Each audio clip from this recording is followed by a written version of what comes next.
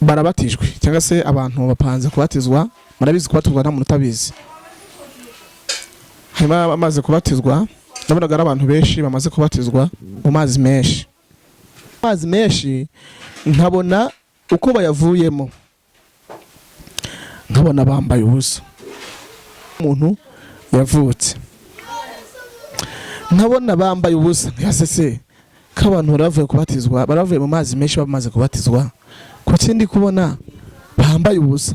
Nkabona babandi bavuye kubatizwa, uvuye kubatizwa nkahita mbona ahise afata yambaye ubusa buri agahita ukabona ahise afata ari kumwe n'umugabo, ukabona ahise afata umugabo bahise batambukana yambaye ubusa. Nkabona bamwe bavuye kubatizwa bambaye ubusa, nkahita mbona aragiye afashe itabi arongera arinyweye kandi yavuye kubatizwa. Nkahita mbona bamwe basubiye bafashe amacupa y'inzoga kandi avuye hehe kubatizwa. Nkabona abandi barasambanye kandi bavuye kubatizwa. Kubona bonaga ari abajyanye n'abagabo bakaya gusambana. Nkabona hari abamanukanye icupa rya byeri cyangwa ry'inzoga kandi bavuye subiraje gusa. Nkabona bari gucoma amatabi kandi bavuye kubatizwa. Imana iramwenga babaye, yaramwenga abantu bari kubatizwa muri iyi minsi ntago bari kubatizwa by'ukuri, bari kubatizwa by'umuhango gusa. Bari kubatizwa ariko bamara kubatizwa ntibareke ingeso bahozemo bakazisubiramo by'abanyabyaha bakabisubiramo kandi babatijwe. Imana irambwira ngo babaye ukuntu muri gukinira mu murimo wayo, mubeshya ko mwabatijwe ariko mutakira umubatizo wa Kristo. Irambwira ngo imibatizo muri kwakira, bamwe muri kubatizwa ntago ari ya Kristo. Uve mu ngujye kusambana, uve mujye kunywa inzoga, uve musubire ku itabi, ntago wabatijwe pe. Imana nawe ngo imibatizo myinshi ntago iri kuyibona, bakabatizwa Imana itabizi itaranabashyize kuri liste y'abantu babatijwe. Ko wavuze ko upfanye na Kristo ukazukana nawe, Kristo arasambana? Yigeze yasambana? Kristo yigeze yanywa inzoga? Kristo yigeze yanywa itabi? Kristo yigeze yakuramo inda? Kristo hari abazumva ijuru mu itangazo. Aramwe ngo abantu bazumva ijuru mu itangazo. Imana ishaka ni umubatizo wo kubatizwa ugapfana na Kristo ukazukana nawe ukabicyari mu gihe. Kandi yaramwe ngo impamvu bitakitanga umwuka wera, itagehereza abantu umwuka wera, nuko bamwe babatizwa by'umuhango ariko bakabatizwa batapanye na Kristo ntibanazukane nawe. Ahubwo bikagaragara mu isi ko babatijwe ko mu ijuru ritababatije. Imana yamwe ngo igihe cya Satani ari kubona igihe cyamurangiranye. Bamva ari gushyiramo imbaraga, ari kubona iminota yamurangiranye, amasaha yamurangiranye, iminsi yamurangiranye, imyaka yamurangiranye. Ari gukorana umwete rero kugira ngo agushe cyane cyane abizera. Filime igarangiye mbona tugiye mu bukwe, twajyaga mu bukwe twambariye ubukwe, tugenda twihuta tujya mu bukwe, kuko nabonaga twambaye imyenda y'ubukwe, twambaye imyenda y'ubukwe twihuta tujya mu bukwe. Numva ijwi rivuganye nanjye rirambwira ngo Eliya we, nditaba ati karame, ati rangurura.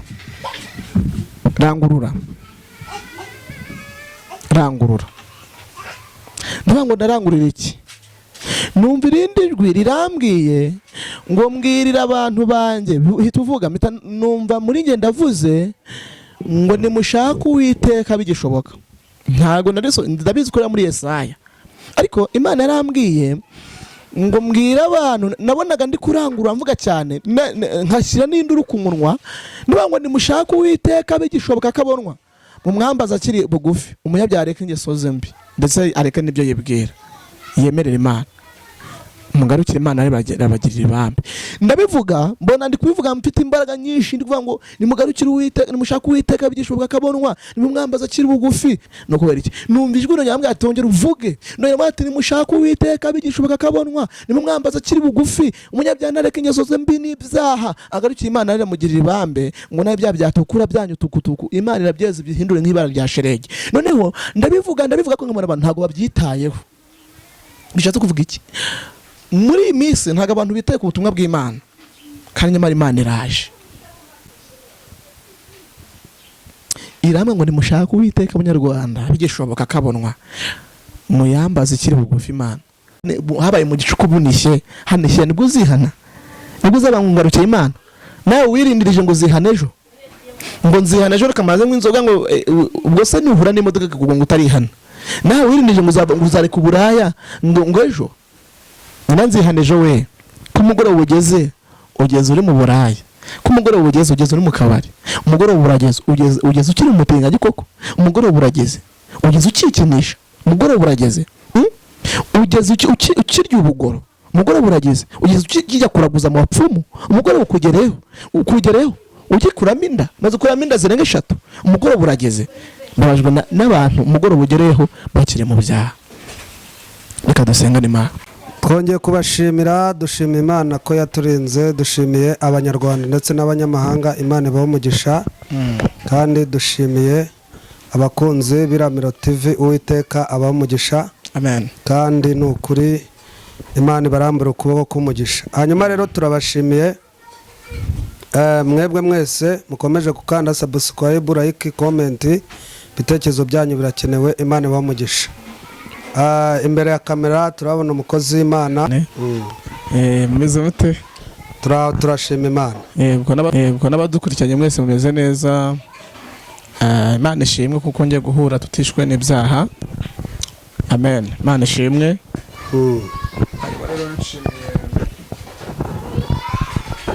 umuntu duhaye ikaze nyine ku Iramiro TV Imana imuhe umugisha yego muyobozi umeze uteze turashima ko mbona watujera oya ntago ari gutuza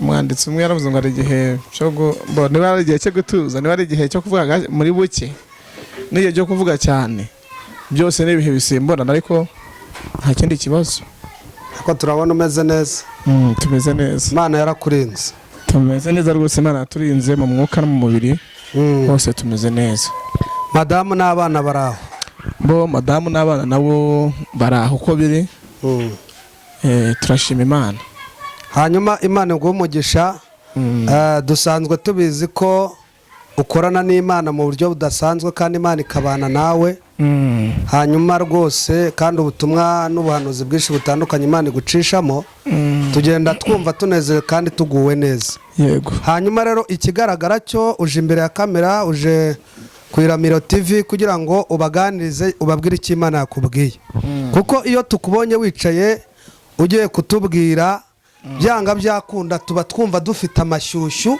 yo kugira ngo twumve icyo Imana yagutumye kuko Imana ijya gutuma ibintu byinshi kandi tukumva tunezerewe hanyuma ubu ngubu ndabona uje utuzana ubutumwa ku cyumweru ubu se Imana ikubwiye ngo iki nibyo dushaka kumenya kuko dufite amashyushyu yo kugira ngo tumenye ibintu Imana igupfunyikiye oya ibintu byo kuvuga ni byinshi kandi gusa Imana impaye ubutumwa bukomeye ku Banyarwanda impaye ubutumwa bukomeye ku Banyarwanda n'abari hanze y'u Rwanda abumvira ururimi rw'Ikinyarwanda ndetse n'abazasemurirwa bose Imana impaye rero ubutumwa bukomeye kuza kubatangariza uyu munsi ahubwo umuntu dukurikiye ntajye kure atera agatebe aze twumve message Imana ihaye Abanyarwanda hanyuma Imana iguhe umugisha kandi turakwishimiye kuba utuzaniye ubutumwa iby'Imana igutumye kuko kuva na kera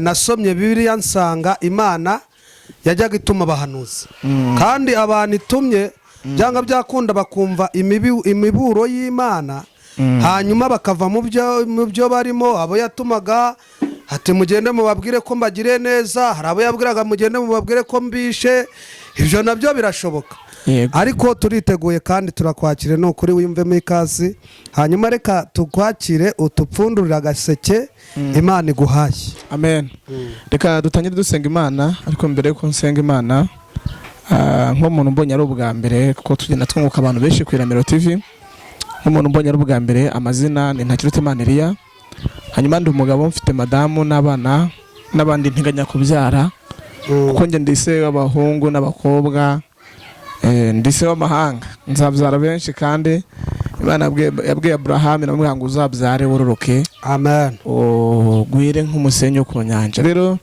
ibyo Imana izadushoboza byose tuzabikora. Hanyuma amazina yanjye nayo ndi umukirisitu, mfite aderesi y'itorero nsengeramo, itorero cyangwa se idini, kuko itorero ni rya Kristo kandi riracyari mu ibanga. Hanyuma ntabwo Kristo aragaragaza itorero aho riri, ntabwo aratungurutse avuge ngo aha niho honyine hari itorero, ahubwo ahantu hose harimo umugeni wa Kristo. Amen. Mu itorero ryose harimo umugeni wa Kristo, cyangwa mu idini ryose harimo umugeni wa Kristo. Hari igihe tubivuga tubicuritse ugasanga tuvuga ngo ni itorero, ni amadini turimo, ariko ahubwo itorero cyangwa amadini harimo itorero. Mu madini harimo amatorero. Amadini ayo ari yo yose Kristo ashobora kuzarobanuramo umugeni akabonekamo, cyangwa se akavuga atanga naho burya barankoreraga. Hanyuma rero dusenge Imana, twiragize Imana igiye kubana natwe muri aka kanya, idushoboze kandi tubibere mikoro irangururire. Hanyuma ntitwishyire hejuru, ahubwo izina ry'Imana buryo rishyirwa hejuru. Amen. Kandi ntituze kwihimbaza, ahubwo izina ry'Imana buryo rihimbazwa. Mana yacu, Imana ikomeye, haleluya, se umwami wacu Yesu Kristo, Imana yaremye isi n'ijuru nta muyede nta mufundikizeho. Imana yadendeje inyanja ikarema isi ikahanika ikirere ndetse n'ijuru. Twari tuyihamagaye kugira ngo izibane natwe kandi ize idushyikire. Mwuka wera w'Imana azabane natwe. Cyo dukubise hasi n'imbaraga z'abadayimoni. Dayimoni kirogoya turayamaganye. Dayimoni uteza abantu kumva ntibumvire turayamaganye. Duhamagaye Mwuka wera w'Imana kugira ngo azadushyikire. Nemereye Imana, mbaye imikoro, Imana izivuga irangurure bwira abanyarwanda n'abari hanze y'u Rwanda mu izina rya Yesu. Sinze kubura, ahubwo Imana ingaragarire muri njyewe, kandi ibyishima n'ibyishaka yantumye abari kumivuga sinongere sinagabanye mu izina rya Yesu. Wapfaga mu kazu k'uburyo bw'Imana Data. Amen. Murakoze. Amen. Karibu. Imana yampaye ubutumwa bukomeye ku banyarwanda, kuko burya akenshi na kenshi Yeremiya cyangwa se ba Yesaya cyangwa se n'abandi bahanuzi batandukanye, Imana babwiraga ngo ni muri Efeso, bagenda bakabwira ubutumwa muri Efeso.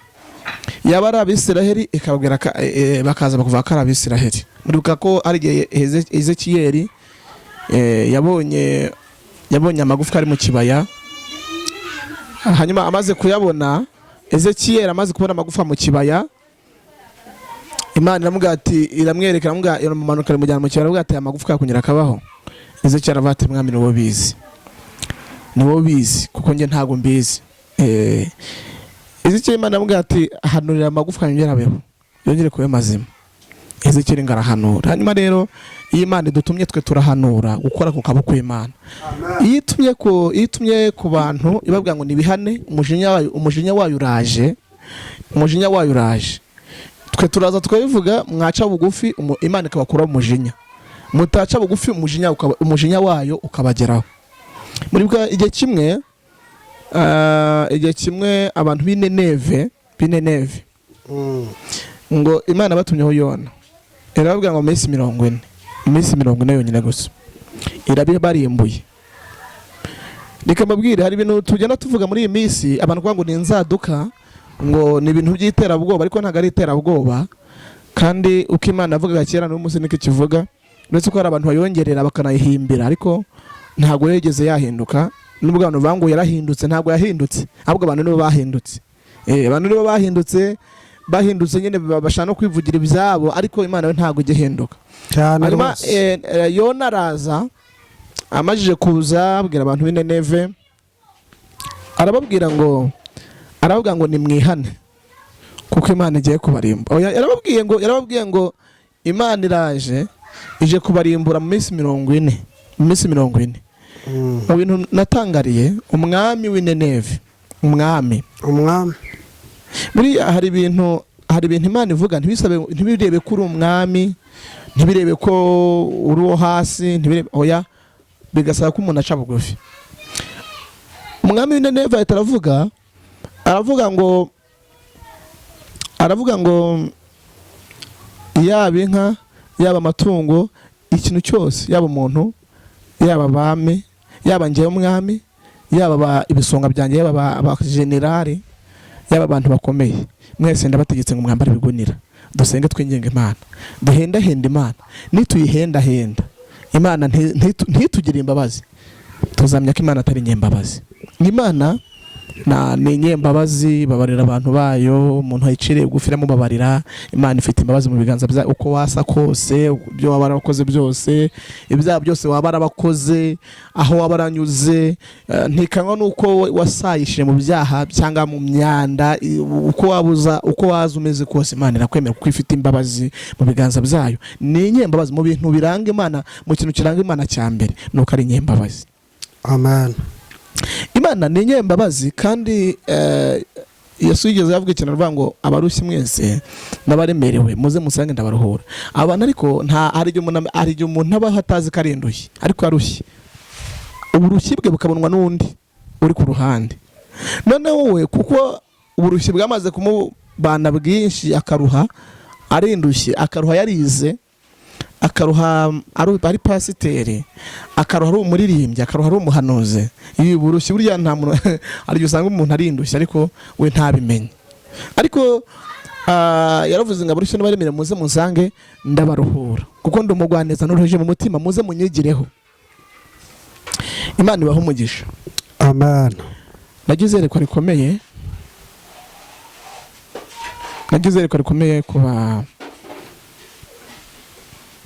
ku Banyarwanda. Iyerekwa rikomeye,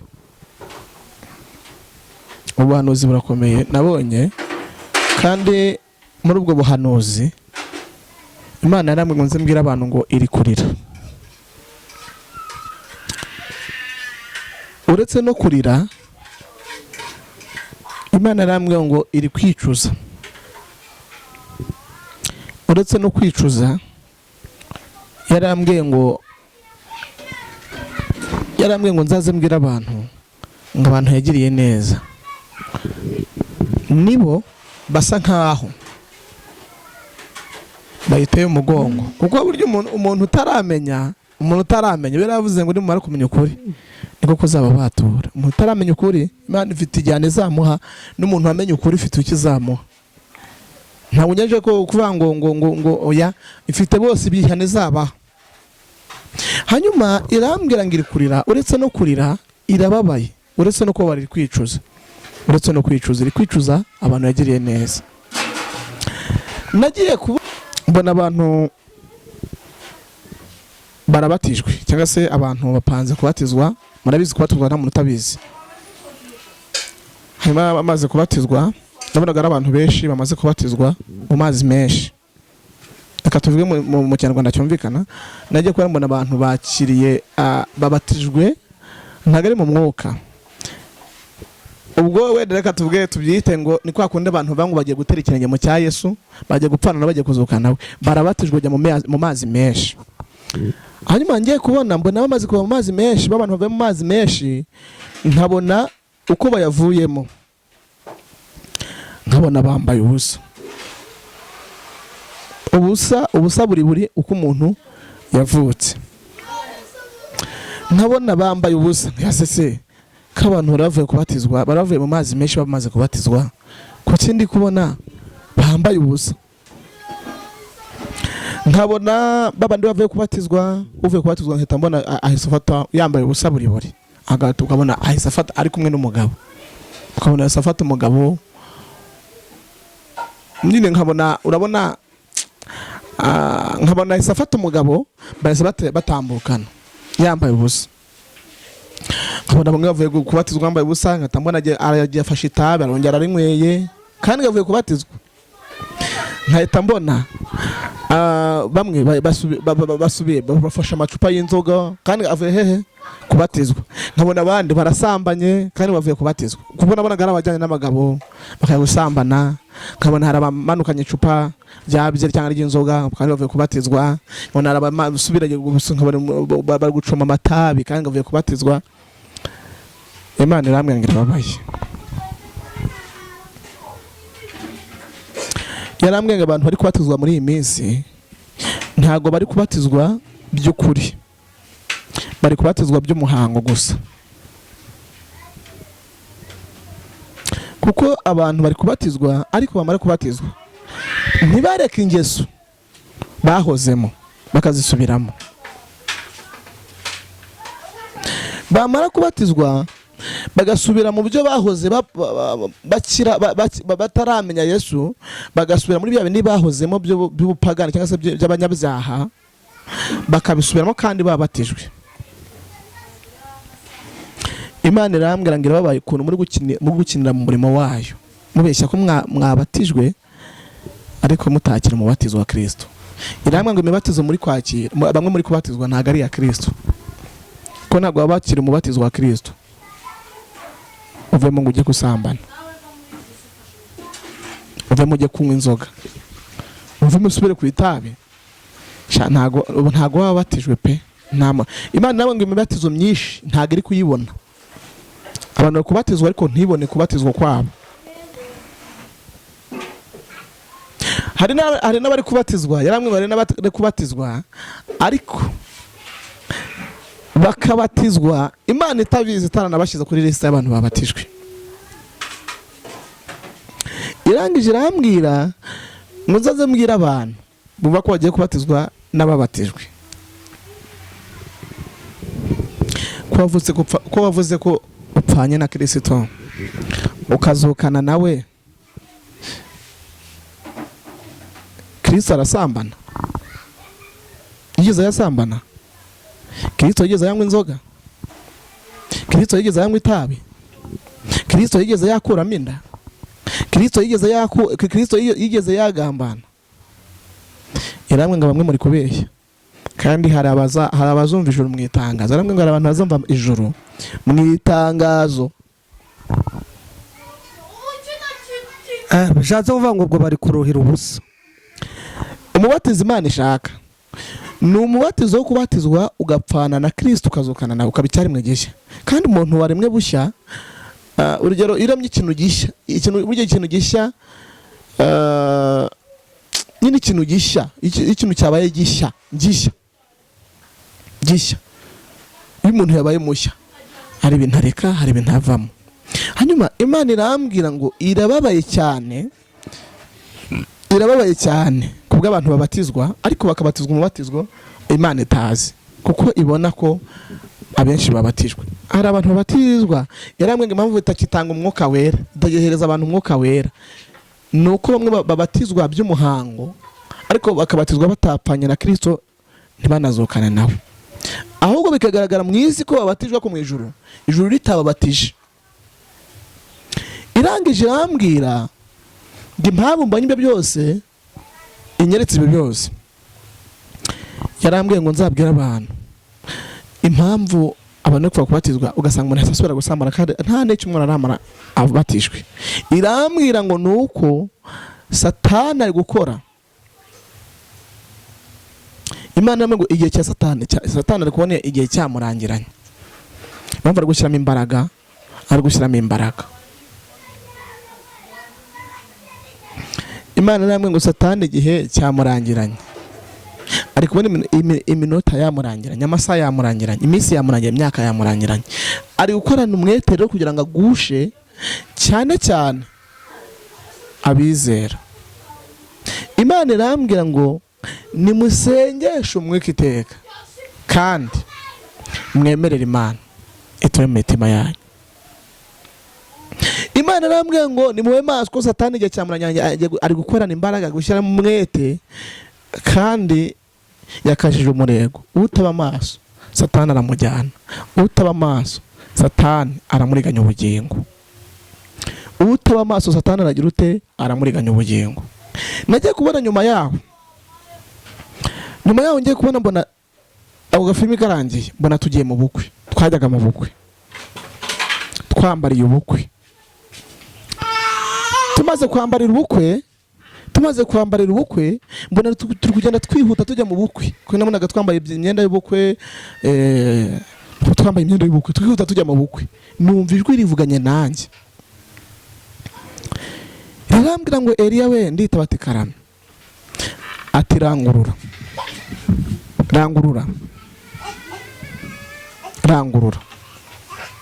Ndavuga ngo ndarangurira iki? Numva irindi jwi rirambwiye ngo mbwirira abantu banjye, hita uvuga. Numva muri nge ndavuze ngo nimushake Uwiteka bigishoboka. Ntago ndabizi ko muri Yesaya, ariko Imana yarambwiye ngo mbwira abantu, nabonaga ndi kurangura mvuga cyane nkashyira n'induru ku munwa, niba ngo nimushake Uwiteka bigishoboka akabonwa, mumwambaza akiri bugufi, umunyabyaha areke ingeso ze mbi ndetse areke n'ibyo yibwira, yemerera Imana, mugarukire Imana arabagirira ibambe.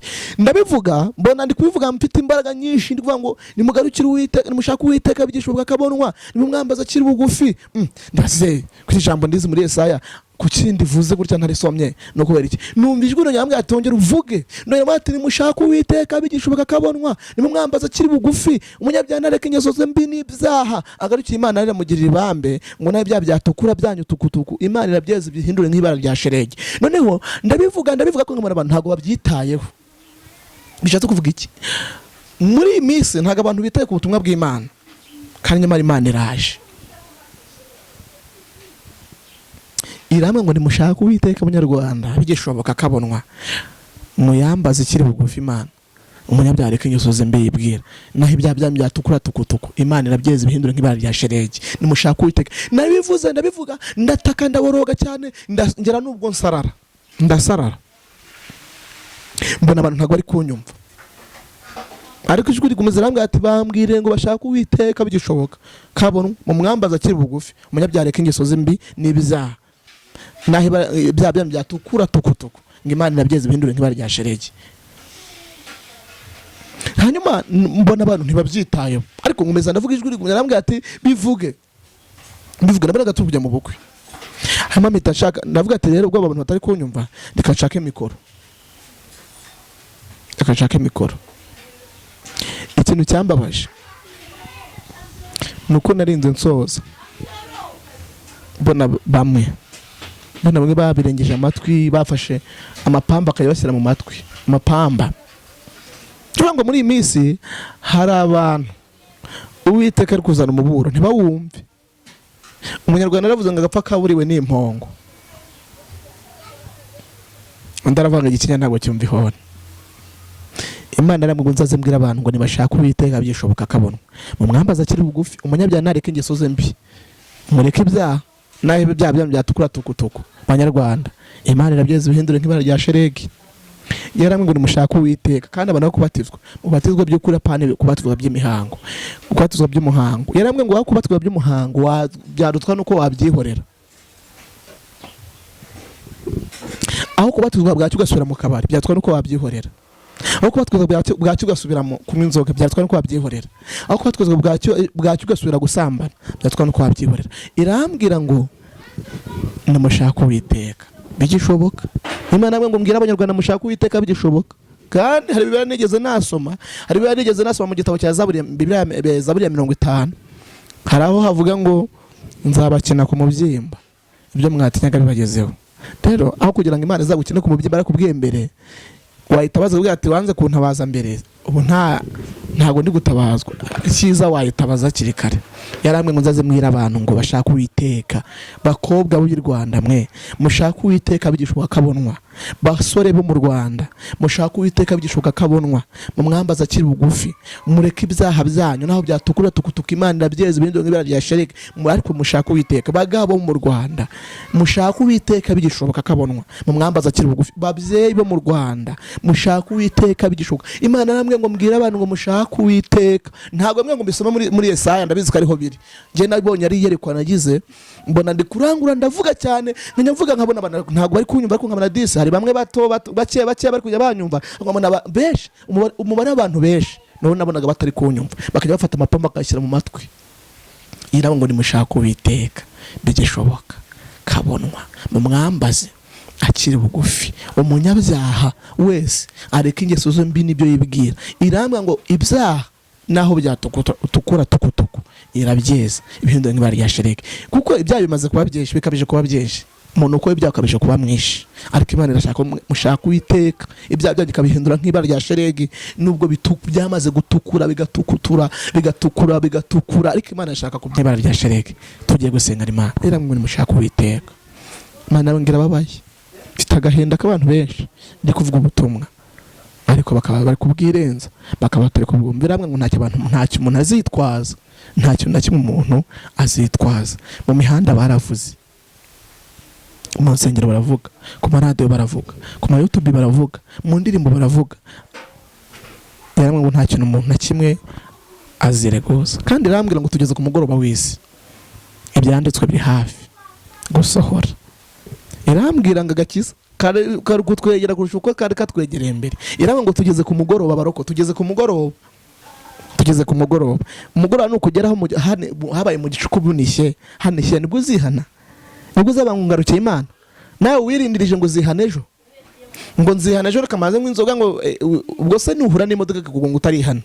Nawe wirindirije ngo uzareka uburaya ngo ejo nyina nzihane ejo. We ku mugoroba ugeze uri mu buraya, ku mugoroba ugeze uri mu kabari, umugoroba urageze ugeze ukiri umutinganyi koko, umugoroba urageze ugeze ukikinisha, umugoroba urageze ugeze ukirya ubugoro, umugoroba urageze ugeze ukijya kuraguza mu bapfumu, umugoroba ukugereho ugikuramo inda, maze ukuramo inda zirenga 3, umugoroba urageze. Mbabajwe n'abantu umugoroba ugereyeho bakiri mu byaha. Reka dusengane Imana. Pelasi fondadra uhagaze uti yamwe ngo nimushaka Uwiteka. Abanyarwanda ntabwo ikeneye ko musenga cyane mutihanye. Ndashaka ko mushaka Uwiteka ko mwabanje gukuraho ibyaha. Ikipfa n'abantu ni ibyaha. Imana irahari, ntawe yagiye muri se yagiye kubera hose cyarimo. Irahari, reka shaka mukuru umuntu uko ibyaha. Mana yacu, Haleluya, wene fana stasi turagushimye, heto titazo uturengere Yesu. Hela sifa da bena, hela siwe de bena. Bantu baradukurikiranye Mwami, ubwo uvuze ngo ugeze ku mugoroba kandi warimo winginga abantu ngo nibashakana umwete bigishoboka kutanometo stase manda. Turengere uri Imana, Pela sinema edeta, Hala sifa da bena. No pita wene manda zone stayabo. Haleluya. Mana we, nari sengeye Abanyarwanda, sengeye abakobwa, sengeye abagabo, sengeye abasore. Haleluya. Sengeye ababyeyi kugira ngo Kristo beze kandi usuku ububyutse bwo gutuma bagushaka bundi bushya. Usuku ububyutse bwo kujya gushaka bigishoboka ko ari igihe kujyana ntibishoboke kubonwa. Hari igihe kujya ugakina abantu ku mubyimba. Hari igihe kugera